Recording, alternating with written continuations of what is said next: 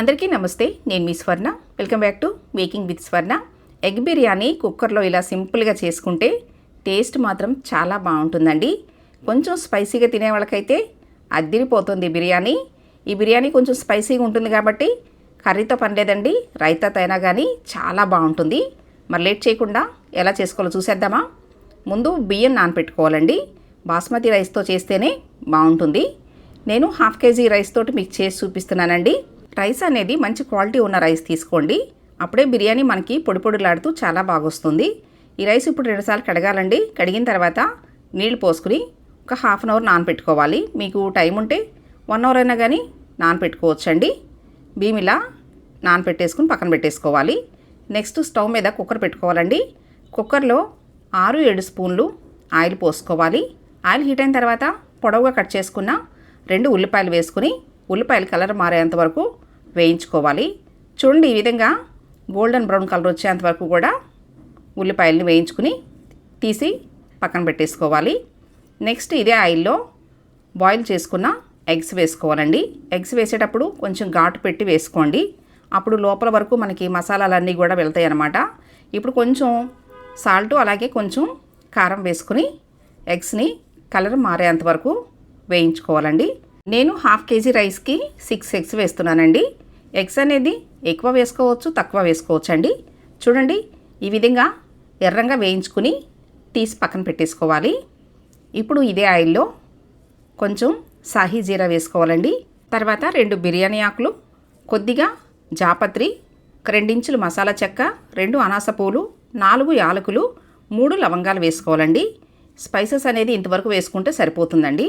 ఇప్పుడు ఇందులో కట్ చేసుకున్న 1 ఉల్లిపాయ వేసుకోవాలి. అంటే ఫ్రైడ్ ఆనియన్స్ వేయించాం కదండి, అందుకని ఇక్కడ 1 ఉల్లిపాయ సరిపోతుంది.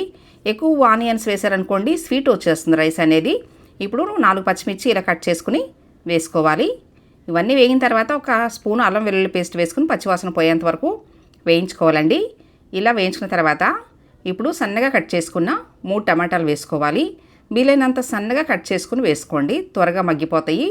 చూడండి, టమాటాలు ఈ మాత్రం మగ్గిన తర్వాత ఇప్పుడు కొంచెం కరివేపాకు వేసుకోవాలి. ఇప్పుడు మీ టేస్ట్కి తగ్గట్టుగా ఉప్పు వేసుకోండి. నేను 1 స్పూన్ వేస్తున్నాను. ఎగ్స్ వేయించేటప్పుడు సాల్ట్ వేసాం కదండి, తగ్గించి వేసుకోవాలి. ఇప్పుడు 1/2 స్పూను ధనియాల పొడి, 1/2 స్పూను మిరియాల పొడి, అలాగే 3/4 స్పూను కారం వేసుకోవాలి. వేసిన తర్వాత 1-2 నిమిషాలు బాగా ఇవన్నీ కూడా వేయించుకోవాలండి. చూడండి, ఈ విధంగా ఆయిల్ సపరేట్ అయ్యేంత వరకు కూడా వేయించుకోవాలి. ఇప్పుడు ఇందులో 1/2 కప్పు పుదీనా, 1/2 కప్పు కొత్తిమీర వేసుకోవాలి. వేసిన తర్వాత ఇవన్నీ కూడా బాగా వేయించాలండి. ఇలా వేగిన తర్వాత ఇప్పుడు చిలికిన పెరుగు వేసుకోవాలి. 1/2 కప్పు వేసుకోండి, సరిపోతుంది. పెరుగు ఫ్రెష్ పెరిగే వేసుకోండి. ఇప్పుడు 1/2 స్పూను గరం మసాలా పొడి వేసుకోవాలి. గరం మసాలా పొడి నేను ఇంట్లో ప్రిపేర్ చేసుకునేదానండి ఇది. చూడండి, ఈ మసాలాలన్నీ బాగా వేగి ఇలా ఆయిల్ సపరేట్ అయిన తర్వాత నానపెట్టుకున్న బియ్యం వేసుకోవాలి. ఇట్లా నానపెట్టి వేసుకోవటం వల్ల మనకి రైస్ అనేది చాలా పొడి పొడిలాడుతూ చాలా బాగా వస్తుందండి. ఇప్పుడు రైస్ విరిగిపోకుండా ఇలా స్లోగా కలుపుకోవాలి.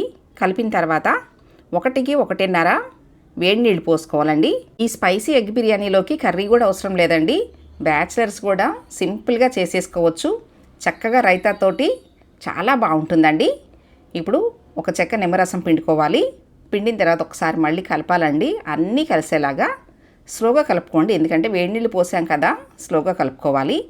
ఇప్పుడు వేయించి పక్కన పెట్టుకున్న ఎగ్స్ పెట్టుకోవాలండి. సడన్గా ఇంటికి చుట్టాలు వచ్చినప్పుడు కూడా ఈ ఎగ్ బిర్యానీ చేసి పెట్టేసేయచ్చండి.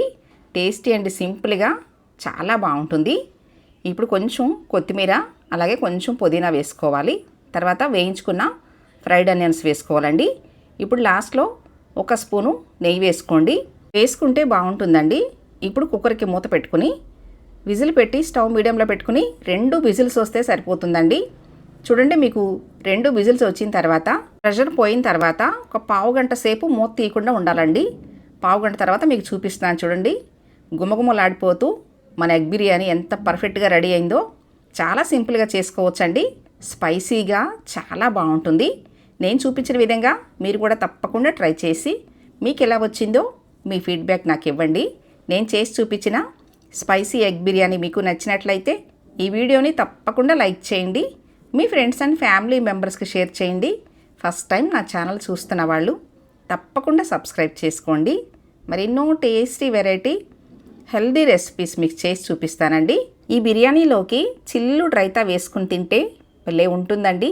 తప్పకుండా ట్రై చేయండి. Thanks for watching.